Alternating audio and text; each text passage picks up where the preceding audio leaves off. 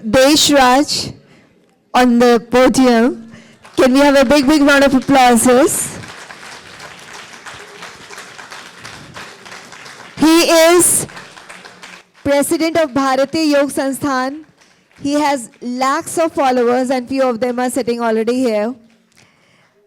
He visited many countries for publicity and expansion of yoga activities. His articles in Yoga Manjari are giving benefit to lakhs of readers. His yoga-related programs are being regularly telecast on Lok Sabha TV. He is engaged in the welfare activities of the Sansthan and are determined to actualize the goal of Jio or Jeevan Do of Bharatiya Yoga Sansthan. So let me welcome Dr. Desh Raj on podium to say a few words, please. I would like to know Dr. Vinod Yadav is here. Sir, please, you also kindly come and join on the stage.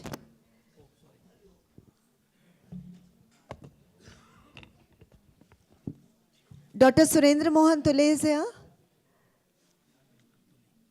Dr. Tule. Please, a big round of applause, everyone.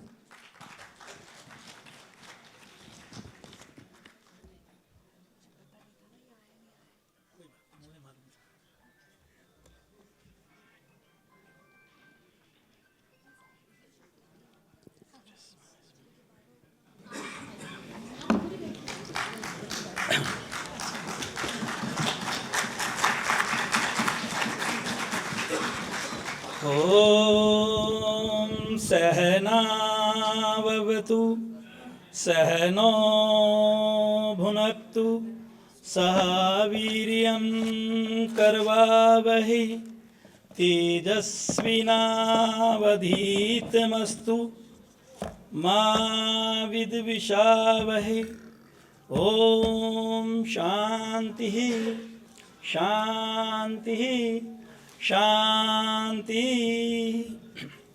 पूजनीय मातृशक्ति आदरणीय बंधुओं, ये मेरा सौभाग्य है कि आज के इस दिव्य आयोजन में मुझे अपनी बात रखने का शुभ अवसर प्राप्त हुआ। मेरा विषय है स्ट्रेस मैनेजमेंट।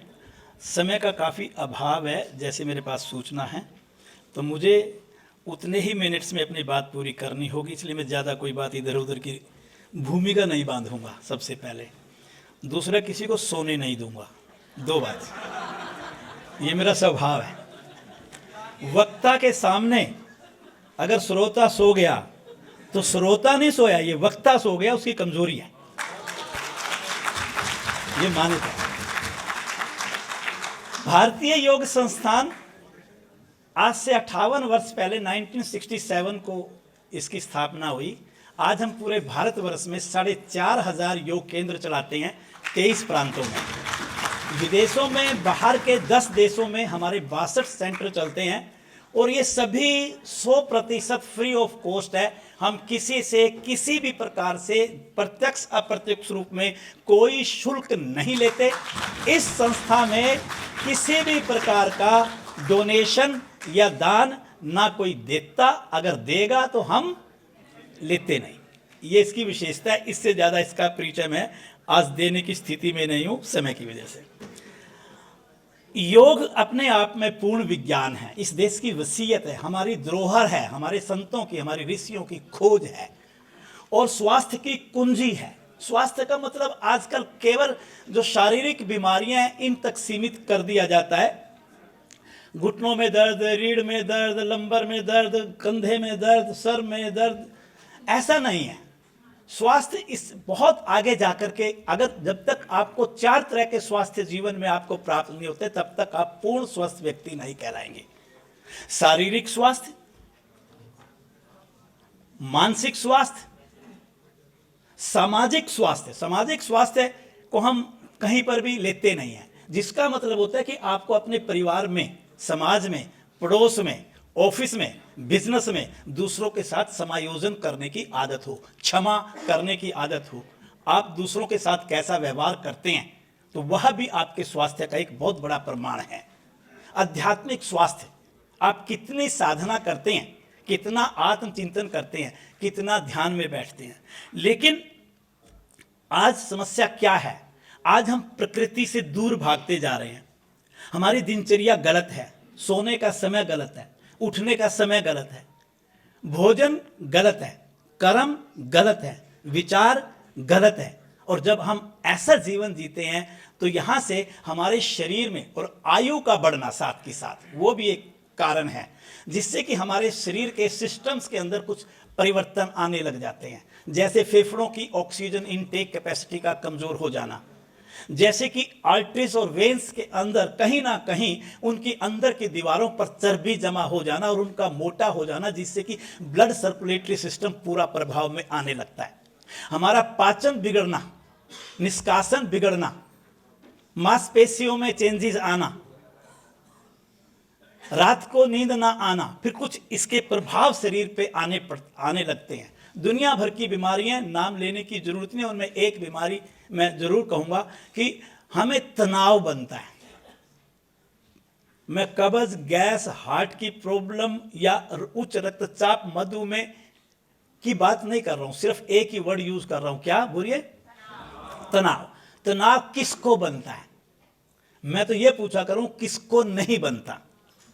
आपको समाज में बहुत से व्यक्ति ऐसे मिलेंगे कि तेरे को स्ट्रेस बनता है, नहीं नहीं मैं तो बड़ा खुश व्यक्ति हूं।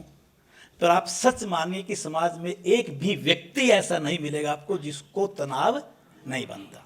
और कहां तनाव नहीं है हमारे को। शादीशुदा व्यक्ति तनाव का कैसे बनता है उसका आपको सबको अनुभव होगा। और जो गैर शादीशुदा है बेचारा, उसकी शादी नहीं हो रही, वो इसलिए तनाव में है। जिसको रोजगार मिल गया तो वो अपने बॉस या अधिक काम से तनाव में है, और जिसको रोजगार नहीं मिला वो भी तनाव में है। औलाद हो गई तो वो आंख दिखाती है तो भी तनाव में है, नहीं हुई तो भी तनाव में है। अमीर हो तो पैसा कैसे इधर उधर रखें तो तनाव है, गरीब है तो एक टाइम की रोटी के लिए तनाव है। कहां तनाव नहीं है? तनाव, एक महिला से मेरी बात हो रही थी, वो बड़ी जल्दी में थी। मैंने पूछा कहां जा रहे हो? कहता बच्चे का एडमिशन करवाना है। कहां जाना है? किस स्कूल में जाना है? कहता आप ये पूछो किस स्कूल में नहीं जाना है। नर्सरी और केजी के एडमिशन के लिए 10 और 15 और 20 स्कूलों में अप्लाई करते हैं तो माँ बाप को स्ट्रेस बनता है। आप प्रैक्टिकल बात कर रहा हूँ। और फिर उसके बाद नंबर आएगा कि नहीं आएगा वो स्ट्रेस बनता है। एडमिशन हो जाएगा, तीसरी चौथी पांचवी में बच्चा चलेगा, नहीं पढ़ाई में ठीक चल रहा है तो माँ बाप को बोलो तनाव बनेगा। और जब 8वीं 9वीं 10वीं में पहुंच जाता है, माँ कहती है कि बेटा ये मोबाइल रख दे, पढ़ ले। मम्मी मुझे अच्छी तरह पता है कब पढ़ना है कब मोबाइल देखना है, आप शांत रहो। तो इससे क्या बनेगा? मम्मी को बोलो तनाव बनेगा। जब बच्चा 10वीं और 12वीं में बोर्ड के पेपर देने जाता है और उसके माँ बाप के सपने होता है कि बेटा सीए और एमबीए और इंजीनियरिंग करे, तो वो उसकी परफॉर्मेंस उस लेवल की नहीं होती तो माँ बाप को क्या बनेगा? तनाव। अगर उसको 12th करने के बाद एक अच्छी फैकल्टी में एडमिशन नहीं मिलता, भाग दौड़ कर रहा है, अच्छी फैकल्टी में एडमिशन नहीं मिलता तो माँ बाप को क्या बनेगा? तनाव। उसने एमबीए सीए में एडमिशन नहीं हुआ, क्या बनेगा? तनाव। अगर एमबीए सीए कर लिया, एमबीए सीए कर लिया तो अब उसकी प्लेसमेंट अच्छी जगह नहीं हो रही तो क्या बनेगा? तनाव। प्लेसमेंट हो गई, 3 4 5 साल हो गए काम करते हुए, अब शादी के लिए लड़की नहीं मिल रही है तो क्या बनेगा? तनाव। अगर लड़की मिल भी गई, शादी हो भी गई, अब मां के साथ बेटा हर रोज शाम को बैठ करके भोजन किया करता था सायंकालीन, अब वो किसके साथ करेगा? तो मां को फिर सारी जिंदगी तनाव में निकाल देते हैं। ये तनाव हमारे शरीर पर 3 स्तरों पर अपना प्रभाव छोड़ता है। एक सबसे पहले होता है मांसपेशी तनाव, मस्कुलर टेंशन, और दूसरा होता है हमारे यहां मानसिक तनाव, मेंटल टेंशन, और तीसरा होता है भावनात्मक तनाव जिसको बोलते हैं हम इमोशनल टेंशन।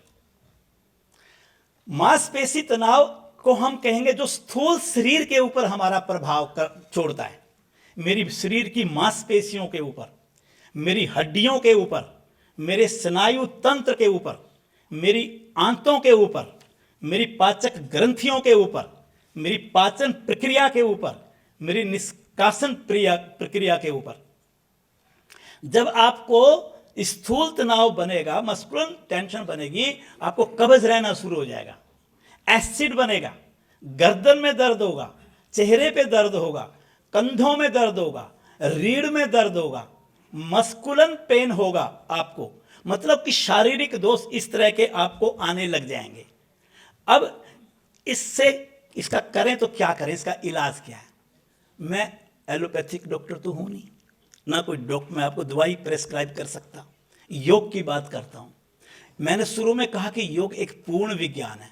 ये जो आज मैं आपके साथ चर्चा कर रहा हूं, ये योग की बिल्कुल निम्न स्तर की चर्चा है, जब हम स्थूल शरीर के साथ इसको जोड़ करके देखते हैं।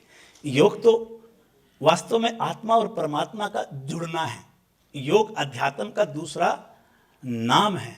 योग अपने भीतर उतरने की कला है। योग अपनी आत्मा अपने स्वरूप से साक्षात करना है। योग आनंद की सागर में डुबकी लगाना है। योग घुटनों के दर्द के लिए थोड़ी बना था। भगवान शिव जी ने जब माँ पार्वती को योग सिखाया पहली बार, वो उसकी शिक्षिका, वो उनकी साधक बनी, तो आप बताओ क्या माँ पार्वती के घुटनों में दर्द था या भगवान शिव के? उन्होंने योग का प्रादुर्भाव किया इस धरती पर, वो लाए। उनको कोई शारीरिक बीमारी नहीं थी। तो योग का ये पर्पज नहीं है, लेकिन आधुनिक काल में ये स्वास्थ्य के लिए प्रयोग में ला रहे, क्योंकि ये एक पूर्ण विज्ञान है, ये वास्तव में सच है। आज दुनिया ने भारत की और योग की ताकत को माना भी और समझा भी और करा भी है, और करा भी है। मस्कुलर जो टेंशन होती है, ये इसका उपचार क्या है? मोटे तौर पर छोटी छोटी बातें करूंगा आपसे बस। सबसे पहला है शारीरिक शुद्धि क्रियाएं। माना कि गैस और कब्ज और एसिडिटी बन गई और व्यक्ति ने अनीमा ले लिया और कुंजन कर लिया, तो इनसे उनके अंदर का एसिड का लेवल नीचे आएगा और आंतों में, बड़ी आंतों की जो संकुचन और विस्तार प्रसरण की प्रक्रिया होगी वो अच्छी बनेगी। कब्ज नहीं बनेगा, अंदर मल देर तक नहीं रहेगा। शरीर में रोगों का मुख्य कारण पेड़ू वाले भाग के अंदर मल का संचित होना है। और आपने क्या किया? शुद्धि क्रियाओं के दौरान आपने उस श्रोणी प्रदेश की सफाई कर दी। तो दूसरे नंबर पर सुपाच्य भोजन। आज बार बार ये भोजन की बात आ रही थी। हमें अपनी उम्र, आयु, मौसम, गुणवत्ता, मात्रा, टाइम को जरूर ध्यान में रखना चाहिए जब हम भोजन ग्रहण करते हैं।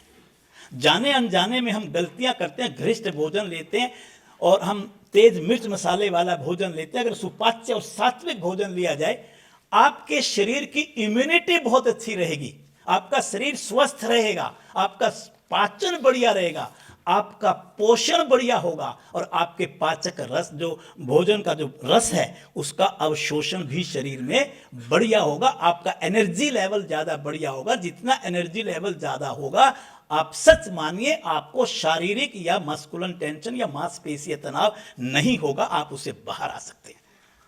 इसमें दो बातें और, एक बात यह कि एक मेन मुख्य बात, आसनों का अभ्यास। जब आसनों का अभ्यास करते हैं तो आपके शरीर के सिस्टम्स अच्छे मजबूत बनते हैं।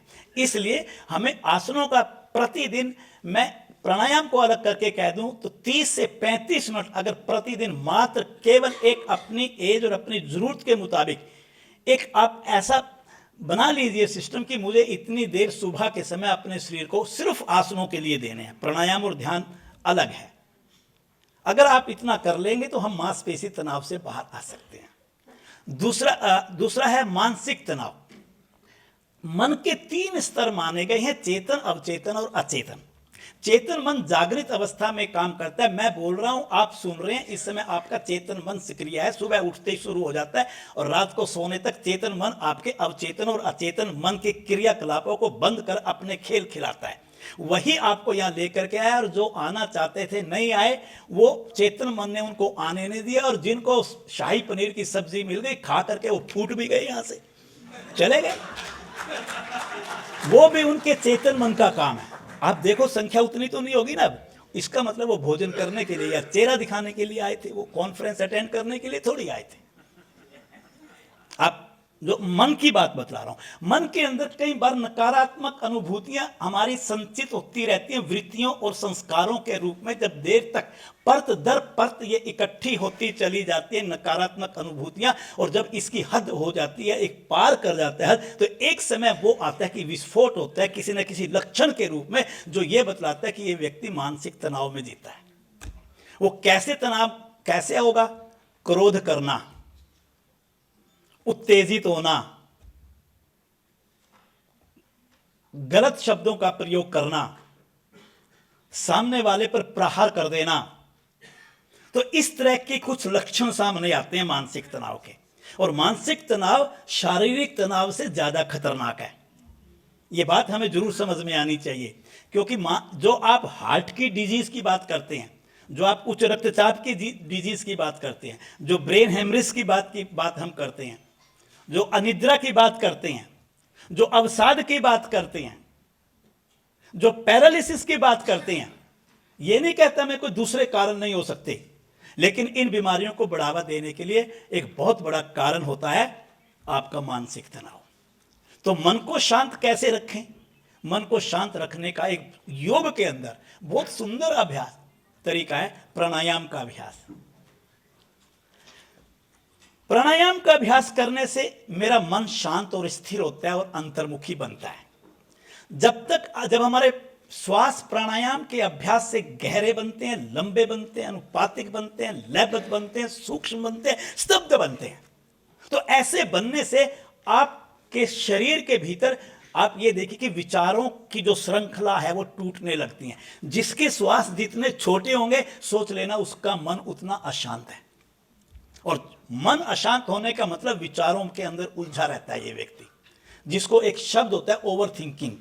मानसिक तनाव का सबसे बड़ा कारण ओवर थिंकिंग है। जितनी ओवर थिंकिंग करोगे, आपके शरीर के अंदर टूट फूट नस नाड़ियों में, सिस्टम में उतनी ज्यादा होगी, और कोई बीमारी ऐसी नहीं जो आपके शरीर में मानसिक तनाव के कारण फिर ना प्रवेश कर जाए। एक के पीछे दूसरी, दूसरे के पीछे तीसरी लाइन लगा करके बीमारियां खड़ी हो जाएंगी। आप सोचें कि इनको दवाइयों से ठीक किया जा सकता है, मैं ये नहीं कह सकता नहीं ठीक किया जा सकता, पर मुश्किल जरूर है। ये लाइफस्टाइल के द्वारा प्राणायाम का अभ्यास आप करेंगे, थोड़ा ध्यान का अभ्यास करेंगे, अच्छे लोगों का संग पकड़ेंगे, आपका लाइफस्टाइल बढ़िया होगा।